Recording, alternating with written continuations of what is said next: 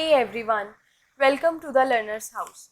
In this video, we will continue the chapter Point Estimation and we will start today's topic, that is independent samples.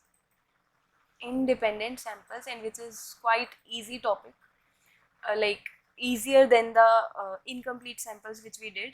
So independent samples क्या होते हैं, इसको question से समझेंगे.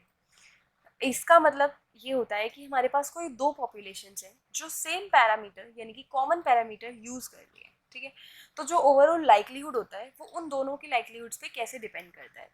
So this question is from page number 19 of 2019 IFOA book, and the question is the number of claims x number of claims per year arising from a low risk policy. यानी कि ये हमारे पास कौन सी policy है, low risk policy. उसमें से जो claims आ रहे हैं वो हमारे हैं एक्स, ठीक है. तो ये जो एक्स है वो फॉलो कर रहा है पॉइजन विद पैरामीटर म्यू, ठीक है. नेक्स्ट चीज हमें दी है वाई. अब वाई भी नंबर ऑफ क्लेम्स हैं, लेकिन ये कौन सी पॉलिसी में से है, हाई रिस्क पॉलिसी में से है. तो हमारे पास दो पॉपुलेशन हो गई, एक लो रिस्क वाली और एक हाई रिस्क वाली. अब हाई रिस्क वाली में जो नंबर ऑफ क्लेम्स आ रहे हैं एक साल में उसको हम वाई से डिनोट करते हैं, ठीक है. और ये भी पॉइजन डिस्ट्रीब्यूशन फॉलो करता है, यानी कि y follows Poisson with parameter 2 mu. यहाँ पर हमारा म्यू था एंड यहाँ पर हमारा 2 म्यू है, ठीक है. तो पैरामीटर इसका सेम है, लाइक दोनों में ही म्यू म्यू आ रहा है, ठीक है. तो हम इसकी हेल्प से निकालेंगे. अब हमें बोला है a sample of 15 low risk policies had a total of 48 claims in a year. यानी कि यहाँ पर टोटल क्लेम्स आए हैं हमारे, टोटल क्लेम्स आए हैं 48 और यहाँ पर हमारे टोटल क्लेम्स आए हैं 59, ठीक है. ऑब्वियस है ज़्यादा ही आएंगे क्योंकि हाई रिस्क है यहाँ पे. तो यहाँ पे 59 आए हैं, यहाँ पर 48 आए हैं. और हमें बोला है sample of 15 low risk policies. तो यहाँ पर पॉलिसीज़ कितनी थी, यहाँ पर हमारी पॉलिसीज़ थी 15 और यहाँ पर हमारी पॉलिसीज़ थी 10, ठीक है. तो हमें इस इंफॉर्मेशन के बेसिस पर म्यू की वैल्यू निकालनी है, लाइक एस्टिमेटर निकालना है एक म्यू का, ठीक है.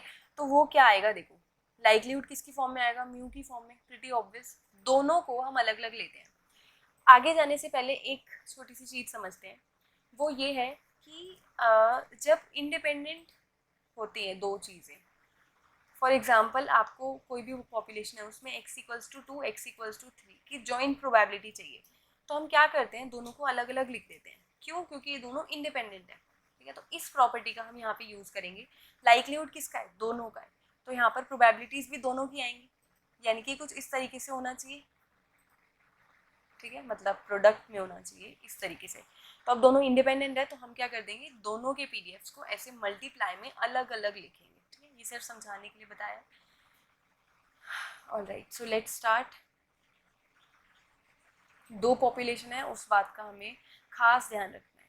तो सबसे पहले हम यहाँ पर लिखेंगे प्रोडक्ट i इक्वल्स टू 1 से. पहले केस में 15 पॉलिसीज थी तो हमने ऐसे लिख दिया P X equals to X I, ठीक है. इनटू में प्रोडक्ट i इक्वल्स टू 1 से लेके 10 तक P Y equals to Y I, ठीक है.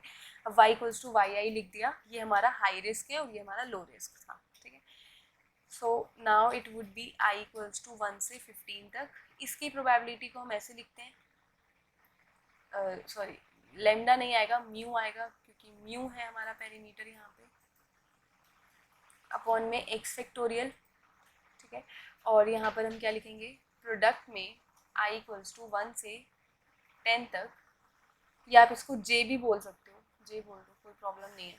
j इक्वल्स टू 1 से 10 तक E raise to the power minus, यहाँ भी म्यू आएगा, यहाँ पर 2 म्यू आएगा क्योंकि इसका पेरीमीटर 2 म्यू है, ठीक है. और ऊपर y आएगा. आई होप यहाँ तक क्लियर होगा. अब इसके आगे देखते हैं क्या होगा. सबसे पहले कॉन्स्टेंट्स को अलग कर लेते हैं, एक्स फैक्टोरियल वाई फैक्टोरियल, ये सब कॉन्स्टेंट है, इन सबको हटा दो और ऊपर प्रोडक्ट खोल देते हैं. 15 बार ये वाली पूरी चीज़ मल्टीप्लाई हो रही है तो ऊपर आ जाएगा ई की पावर माइनस 15 म्यू, ठीक है. उसके बाद यहाँ पर आ जाएगा mu raise to the power summation x I, ठीक है. आई इक्वल्स टू 1 से 15 तक इनटू में e raised to the power minus this would be 20 mu and into में ये वाला 2 की पावर y भी कांस्टेंट में चला जाएगा, दोनों कांस्टेंट में आ रहे हैं क्योंकि and then mu raised to the power, this would be summation I equals to 1 से 10 तक, j equals to 1 से 10 तक yj. ठीक है, you can write it like this. Now अब हम इसको और सॉल्व करेंगे तो e raise to the power -15 mu और e raise to the power -20 mu, ये हो जाएगा e raise to the power -30, नहीं not 30, it would be 35 -35 mu, and then ये खत्म, ये लिख दिया, ये लिख दिया, जो बच गए वो देखते हैं, ये दोनों बच गए तो हम यहाँ पर लिखेंगे इनटू में म्यू. अब ये जो दिया है समीशन xi, अब ये क्या है, ये भी हमें क्वेश्चन में दिया हुआ है कि टोटल क्लेम्स कितने आ रहे हैं 48, तो ये क्या है, ये समीशन xi है, और ये क्या है, ये समीशन yj है.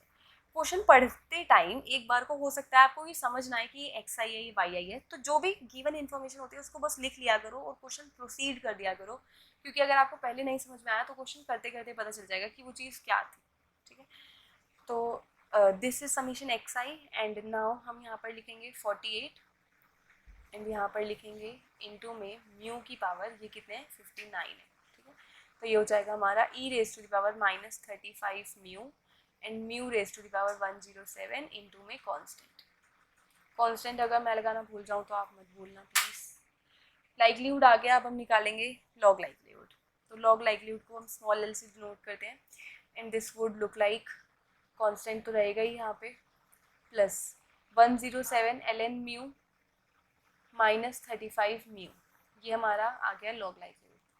सो अब हम इसका डेरिवेटिव करेंगे with respect to mu, dl by d mu, जो कि आएगा हमारा 107 बाई म्यू -35, एंड देन हम इसको 0 के इक्वल रखेंगे विच इज़ लाइक ऑब्वियस, अब तो आ गया होगा 35 बाई 107, तो ये हमारा म्यू हेट आ रहा है 35 बाई 107. नेक्स्ट पार्ट आप खुद करोगे जिसमें आपको डबल डेरिवेटिव निकालना है, pretty obvious, -107 by mu square आना चाहिए. ठीक है, तो ये एक टॉपिक था इंडिपेंडेंट सैम्पल्स का, जो कि कभी कभी एग्जाम में पूछ लिया जाता है और बहुत इजी है. ठीक है, कुछ भी खास इसमें नहीं है. तो अब हम नया टॉपिक स्टार्ट करेंगे विच इज़ अनबायस्डनेस. ठीक है, तो मैं समझाती हूँ ये क्या होता है. Unbiasedness is our new topic in this video.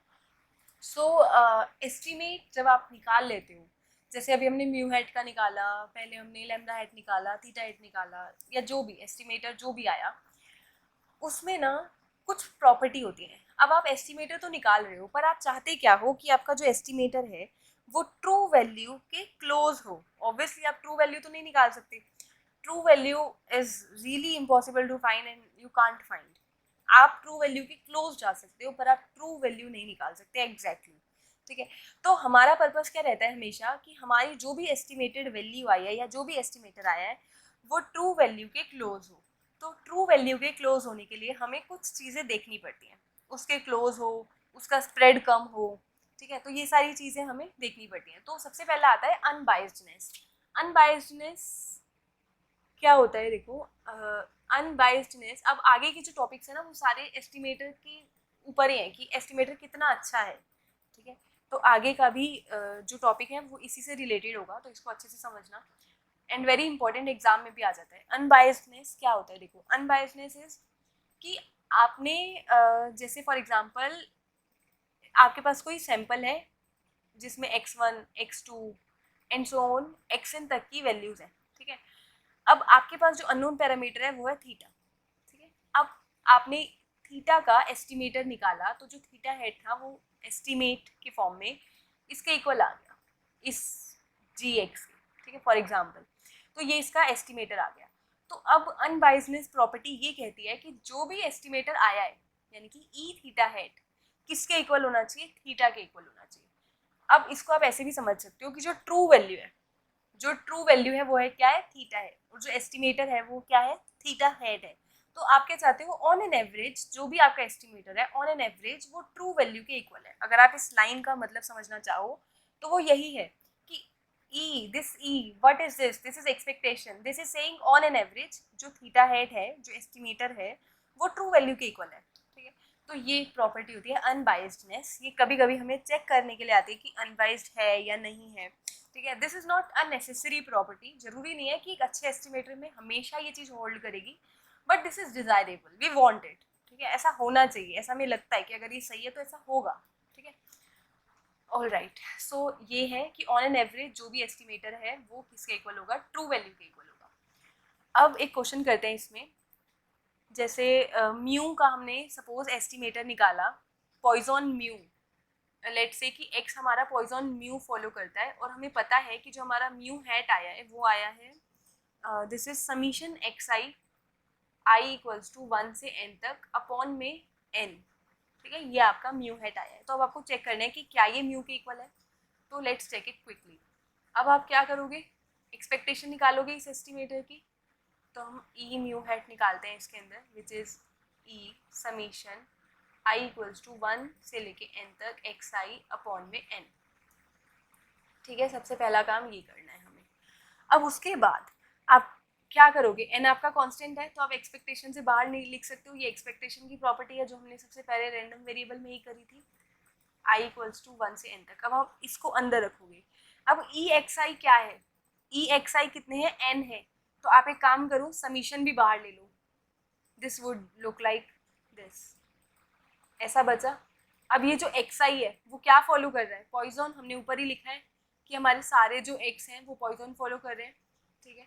तो हमारा एक्स आई जो है वो भी क्या फॉलो कर रहा है, पॉइजन फॉलो कर रहा है। तो उसका मीन क्या होगा, इसका मीन क्या होगा, म्यू होगा, 1/n इंटू म्यू, ठीक है, ये इसका म्यू है मीन। लेकिन समीशन भी लग रहा है तो म्यू कितनी बार है, n बार है, तो हम म्यू इंटू एन लिखेंगे, यानी कि म्यू n लिखेंगे बेसिकली। तो n से n कैंसिल आउट हो गया और ये आ गया हमारा म्यू। तो इस तरीके से हम अनबाइस्डनेस की प्रॉपर्टी को प्रूव कर लें, ठीक है, यानी कि ये जो हमारा एस्टिमेटर है वो क्या है, अनबाइस्ड है। अब यहाँ पर तो ये अनबाइस्ड आ गया, लेकिन लेट्स से कि आपका ये अनबाइस्ड नहीं आता, बाइस्ड आ गया, फॉर एग्जाम्पल अनबाइस्ड नहीं आया तो मीन्स बाइस्ड है। तो कितना बाइस्ड है ये हम कैसे निकालते हैं, जो भी डिफरेंस है, जैसे अगर फॉर एग्जाम्पल कि अभी हमने करा तो देखा कि ई म्यू हैट म्यू के इक्वल है, लेकिन अगर बाय एनी चांस इक्वल नहीं है दोनों चीज़ें, तो इन दोनों के बीच में फ़र्क कितना है, ये होता है हमारा बाइसनेस, ठीक है। तो यहाँ लिख देते हैं E mu hat minus mu, this difference is known as हमारा बाइस, ठीक है। कभी कभी हमें बाइस भी निकालने के लिए आता है, तो वो भी हमें करना पड़ेगा। अब हो सकता है कि बाइस हमारा पॉजिटिव आ जाए, बाइस जो है वो ग्रेटर देन 0 आ जाए, तो हम उसको बोलते हैं कि ये जो चीज़ है, जो एस्टिमेटर है वो पॉजिटिवली बाइस्ड है, ठीक है। नेगेटिव आ जाए तो नेगेटिवली बाइस्ड है, यानी कि पॉजिटिवली बाइस्ड का क्या मतलब है कि देखो, पॉजिटिवली बाइस्ड का मतलब है कि E mu hat is greater than mu, obviously difference positive आ रहा है तो मतलब ये बड़ा है तभी पॉजिटिव आ रहा होगा, ये बड़ा है। इसका क्या मतलब है कि आपने क्या करा है, ट्रू वैल्यू को ओवर एस्टिमेट करा है या अंडर एस्टिमेट करा है। अच्छा, इस क्वेश्चन का आंसर मुझे कमेंट बॉक्स में चाहिए, बाय दी लाइक जब मेरे को थोड़े बहुत रिस्पॉन्सेज मिलेंगे कमेंट बॉक्स में तो मैं ट्रू आंसर इसका बता दूंगी। पर आप खुद सोचो कि expectation of mu hat is greater than mu, तो आपने इस एस्टिमेट को क्या करा है, अंडर एस्टिमेट करा है, ओवर एस्टिमेट करा है, ठीक है, ये आपको मुझे बताना है कमेंट बॉक्स में, ठीक है। So if you guys will reply then I will also type the right answer, ठीक है। Like which is this is pretty obvious, अगर आपको यहाँ तक समझ आया तो आप बता सकते हो इसका आंसर, पर फिर भी नहीं आया तो कोई बात नहीं, कीप प्रैक्टिसिंग। अब हम एक क्वेश्चन कर लेते हैं इसका, जिसमें हमें इसके आगे का ही क्वेश्चन है, लाइक नेक्स्ट पेज पे दिया है, पेज नंबर 21 पे बोला है कि एस्टिमेटर्स दे दिए हमें वेरिएंस के, एस स्क्वायर का दे दिया और सिग्मा हेड स्क्वायर का दे दिया, और हमें इसका वो निकालना है, बायस निकालना है, ठीक है। तो हम फटाफट से बायस निकाल लेते हैं। एस स्क्वायर हमें दिया है कुछ ऐसा, 1/n-1 summation I equals to 1 से n तक, आगे लिखा है एक्स आई माइनस एक्स बार का स्क्वायर, ठीक है, ऐसे दिया है। नॉर्मल डिस्ट्रीब्यूशन लग रहा है ये देखने से। अब हम इसका बायस निकालेंगे तो हमें एस स्क्वायर का बायस चाहिए, तो वो क्या होगा, ई एस स्क्वायर माइनस इसकी ट्रू वैल्यू है सिग्मा स्क्वायर, ठीक है। तो अब हम ई एस स्क्वायर को लिख लेते हैं, ई एस स्क्वायर क्या आएगी, 1/n-1 summation I equals to 1 से n तक एक्स आई माइनस एक्स बार का स्क्वायर, ये आपका ये है माइनस में सिग्मा स्क्वायर। सिग्मा स्क्वायर को आप चाहो तो ऐसे ही लिख सकते हो अभी, या फिर उसकी भी वैल्यू आप पुट कर सकते हो। या फिर एक काम करो, सिग्मा स्क्वायर को अभी मत लिखो, इसको ही थोड़ा सॉल्व करना पड़ेगा, तो फालतू में एक्स्ट्रा लिखना पड़ेगा हर स्टेप में, उसको हम अभी नहीं लिखते। ठीक है, ई ए स्क्वायर निकालते हैं कि क्या आता है। ठीक है, तो उसके बाद हम इस वैल्यू में पुट कर देंगे, इसको इक्वेशन 1 बोल देते हैं। सो 1/n-1 हमारा कांस्टेंट है, बाहर ले लिया। अब ये बच गया अंदर expectation of summation i equals to 1 से n तक xi माइनस x बार का होल स्क्वायर। ठीक है, उसके बाद ये हो जाएगा हमारा, आप क्या कर सकते हो ना, इस समीशन को आप बाहर ले सकते हो चाहो तो, या फिर अंदर ही इसको खोल देते हैं। समीशन xi का square, summation i equals to 1 से लेके n तक, this would be E xi square. E xi square यहाँ नहीं लिखेंगे अब इसको हम। ठीक है, समीशन हमने बाहर ले लिया और ये हो जाएगा हमारा ई xi का स्क्वायर। ठीक है, अब अंदर हमारा बचेगा एक यहाँ शायद, एक मिनट, इस स्टेप को हम दोबारा करते हैं, इसमें थोड़ा सा बेकार हो गया ये। So now what we can do here is easy method से करेंगे इसको। तो एक्सपेक्टेशन वाला जो पार्ट है उसको हम बाहर ही रखेंगे, और यहाँ पर ये स्क्वायर वाला पार्ट है जो हमें खोलना है अभी। ठीक है, तो समीशन को भी यहीं रखते हैं अभी, और ये खोलेंगे तो it would B x I का स्क्वायर प्लस एक्स बार का square minus 2xi x bar. ठीक है, it would look something like this. So हम एक काम करते हैं, अब यहाँ पर हमारा समीशन वाला पार्ट ओपन कर देते हैं। ठीक है, तो इसके ऊपर समीशन लगेगा तो ये हमारा ऐसे आएगा, समीशन xi स्क्वायर। ठीक है, और उसके बाद इस वाले पार्ट पे लगेगा तो ये आएगा प्लस एन एक्स बार का स्क्वायर। ठीक है, क्योंकि ये लाइक इसमें आई वाला टर्म नहीं है इसलिए समीशन नहीं आया, तो वो एन बार ही प्लस हो गया सीधा। अब इस वाले पार्ट पे आएगा तो इसमें कांस्टेंट है हमारा -2 and x bar is constant, तो समीशन एक्स आई पे लगेगा। ठीक है, यहाँ तक करने के बाद हम क्या कर सकते हैं, इसको एक्सपेक्टेशन 1/n-1 हमारा ऐसे ही रहेगा, अंदर समीशन एक्स आई का स्क्वायर भी रहेगा ये वाला। अब इस पार्ट को थोड़ा सा खोलना पड़ेगा। अब देखो आप, समीशन एक्स आई बाय एन क्या होता है हमारा, एक्स बार होता है। ठीक है, तो हम समीशन एक्स आई की जगह क्या लिख सकते हैं, एन एक्स बार। तो यहाँ पे समीशन एक्स आई की जगह हम क्या लिखेंगे, एन एक्स बार। ठीक है, so this would be plus N X bar का square minus 2 N X bar का स्क्वायर।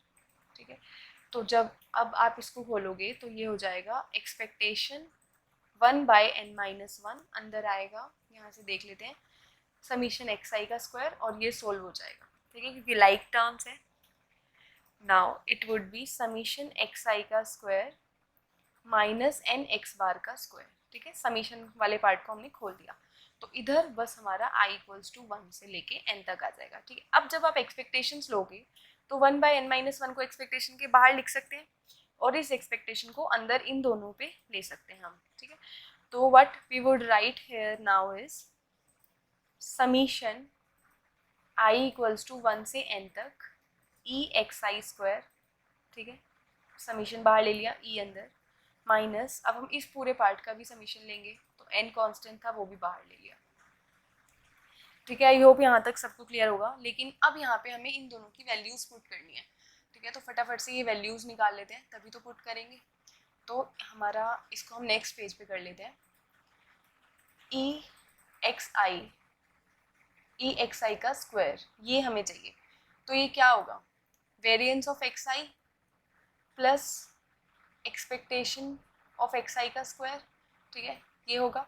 अब एक्स आई जो है हमारा वो नॉर्मल डिस्ट्रीब्यूशन से हम कर रहे हैं, तो इसका वेरिएंस क्या होगा, सिग्मा स्क्वायर, और मीन का स्क्वायर क्या होगा, म्यू का स्क्वायर। ठीक है, सिमिलरली ऐसे हमें एक और टर्म चाहिए था, यानी कि ये टर्म चाहिए हमें ई एक्स बार का स्क्वायर। तो सेम इसी तरीके से ई एक्स बार के स्क्वायर को हम लिख सकते हैं variance of x bar plus expectation square और अंदर एक्स बार। अब एक्स बार का वेरिएंस क्या होता है, ये हमने सेंट्रल लिमिट थ्योरम में करा है कि अगर हमारे सारे एक्साइज नॉर्मल फॉलो करते हैं तो हमारा एक्स बार जो है वो फॉलो करता है वो भी नॉर्मल फॉलो करता है, जिसका वेरिएंस क्या होता है हमारा सिग्मा स्क्वायर बाय एन, और मीन जो होता है वो सेम रहता है, तो म्यू स्क्वायर हो गया। ठीक है, अब ये दोनों वैल्यूज को हम इसमें पुट कर देंगे। यहाँ आ जाएगा 1/n-1, इधर अभी हमने निकाला है sigma square plus mu square, पर इसके ऊपर समीशन भी है तो n बार हो जाएगा। ठीक है, तो ये हो जाएगा n sigma square plus n mu square minus n into में ये क्या आया था हमारा, ये आया है sigma square by n plus mu square, sigma square by n plus mu square. ठीक है, so it would B 1/n-1 n sigma square plus n mu square minus sigma square minus n mu square, तो n mu square से n mu square cut गया। Now हमारा बच रहा है इधर 1/n-1 n sigma square minus sigma square, sigma square common ले लेते हैं, अंदर आएगा n-1 और नीचे भी क्या है n-1, कट गया दोनों, आंसर आ गया सिग्मा स्क्वायर। ठीक है, यही काम हमें यहाँ पर करना था। सेम आप सेकंड पार्ट को लेके भी कर सकते हो।